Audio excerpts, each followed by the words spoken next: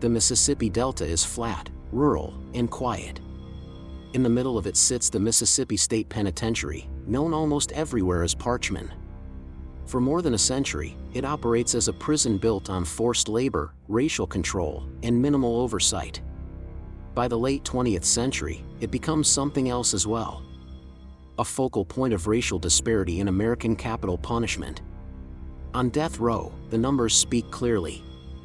Black inmates fill the cells at rates far beyond their share of the population and far beyond what crime rates alone can explain. The pattern is structural, not accidental. If stories like this matter to you, consider subscribing, because what happens next reveals how this system truly works. Parchman opens in 1901 after Mississippi formally ends convict leasing. The state claims reform, but the logic remains the same. Prisoners, overwhelmingly black, are forced to work the land under armed supervision. Violence is routine. Oversight is minimal. The prison mirrors the racial order of the Jim Crow South. Criminal law becomes a tool to replace slavery with incarceration. Capital punishment is embedded early. Mississippi authorizes executions and applies them aggressively. For decades, black defendants accused of killing white victims face death at vastly higher rates than any other group. White defendants accused of killing black victims rarely receive the same punishment. This imbalance is documented in court records, execution logs, and later statistical studies. By the mid-20th century, executions moved behind prison walls, but the racial pattern does not change.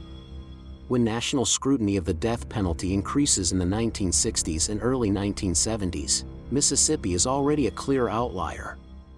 In 1972, the U.S. South Supreme Court halts executions nationwide, citing arbitrary and discriminatory sentencing.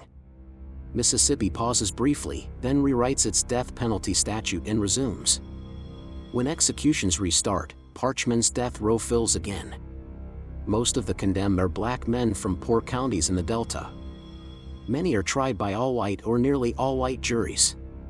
Jury selection records show black jurors struck at high rates through peremptory challenges. Prosecutors provide race-neutral explanations that courts routinely accept, even when patterns repeat across cases. Defense representation is another constant problem. Many capital defendants are represented by underfunded lawyers with little experience in death penalty litigation. Some attorneys fail to investigate crime scenes. Others fail to interview witnesses or challenge forensic evidence. Mitigating factors, poverty, mental illness, childhood abuse, are often never presented to juries. Court transcripts document these failures in detail. Confessions play a central role in many cases. Interrogations are unrecorded. Police reports summarize statements rather than preserving exact language. Defendants later describe long questioning sessions, threats, and promises of leniency. Courts generally accept written confessions as voluntary, even when physical evidence is weak or contradictory. Forensic evidence adds another layer. Mississippi relies heavily on techniques such as hair comparison and bite mark analysis, methods later shown to be unreliable. Crime labs operate with little oversight. Prosecutors present expert testimony with certainty.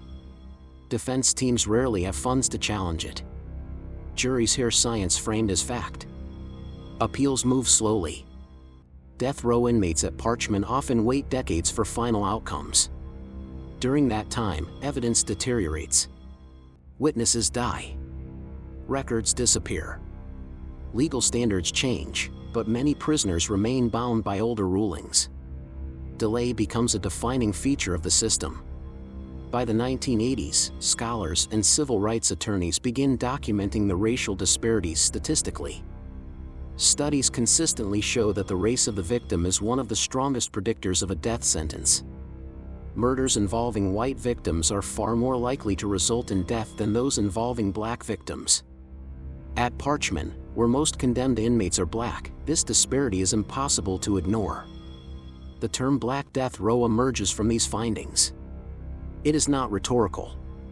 It reflects a demographic reality. At multiple points, more than 3/4 of Mississippi's death row population is black in a state that is roughly 1/3 black. The disparity grows sharper when accounting for victim race. Prosecutorial discretion drives much of this outcome. District attorneys decide whether to seek death, and their decisions are rarely reviewed. In internal documents and later testimony, some prosecutors acknowledge considering race indirectly through assumptions about juries and community reaction. In some counties, seeking death against black defendants becomes routine. Against white defendants, it is exceptional. Politics reinforce these choices. Prosecutors are elected. Tough-on-crime campaigns appeal to white voters.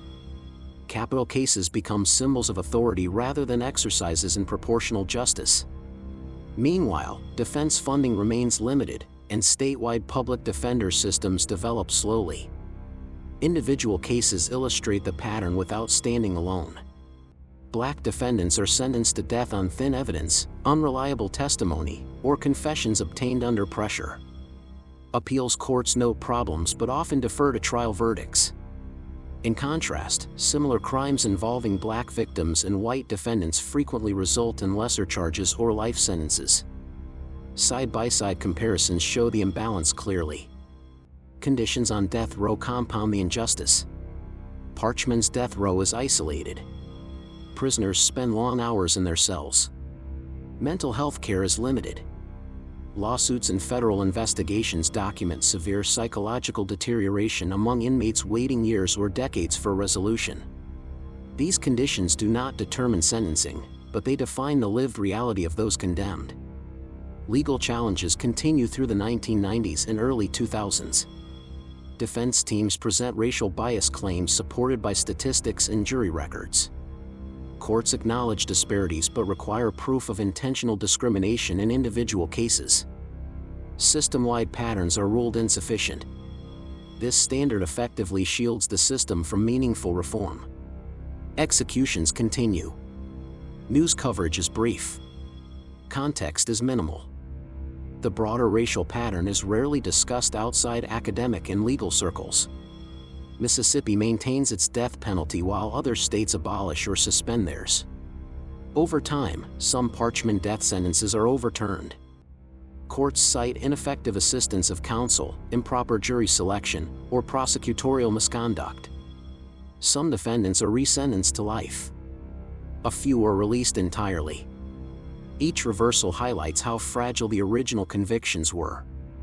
Yet the structure remains. New death sentences continue to fall disproportionately on black defendants accused of killing white victims. County-level discretion and uneven resources ensure that geography plays a major role. Poor counties rely heavily on plea bargains, reserving capital trials for cases with political or public attention. The Mississippi Supreme Court automatically reviews death sentences, as required by law. In many opinions, the court acknowledges troubling facts but affirms the sentence. Dissents occasionally raise racial concerns, but they rarely alter outcomes. Federal courts provide another layer of review, but procedural rules limit what claims can be heard. By the early 21st century, black death row is firmly established in academic research and civil rights reporting. It is not an argument about isolated injustice. It is a description of how capital punishment functions within a racially stratified system. Parchman becomes the symbol because it concentrates these dynamics in one place. The prison's history as a plantation, its location in the Delta, and its role as Mississippi's execution site merge into a single narrative. Death row becomes the endpoint of a process shaped long before any crime occurs. Charging decisions, jury selection, defense funding, and prosecutorial politics all converge there. Reforms arrive slowly. Some interrogations are recorded. Jury selection faces closer scrutiny. Defense resources improve modestly. But none of this erases decades of racially skewed sentencing. Men condemned under earlier systems remain incarcerated, carrying sentences shaped by past practices. Public opinion remains divided. Some call for abolition. Others defend the death penalty as necessary. Racial disparity is acknowledged, then dismissed as abstract. Individual cases are debated without addressing the system that produced them. Parchman still stands today. Its death row population is smaller than in past decades, but the racial imbalance persists. Each remaining case carries the weight of history. Lawyers argue within precedents built over generations. Judges rule within constraints they did not create but continue to enforce. This story is not about a single wrongful conviction. It is about accumulation. Small decisions made repeatedly, by different actors, over long periods, create a result that no one claims as intent but no one can deny. Race influences who is charged, who is sentenced to die, and who waits the longest for justice. Black Death Row is not a metaphor. It is a documented record. And it remains part of the American criminal justice system. If you think this story was intense, the next one will leave you speechless. Subscribe for more true crime stories that'll keep you on the edge of your seat.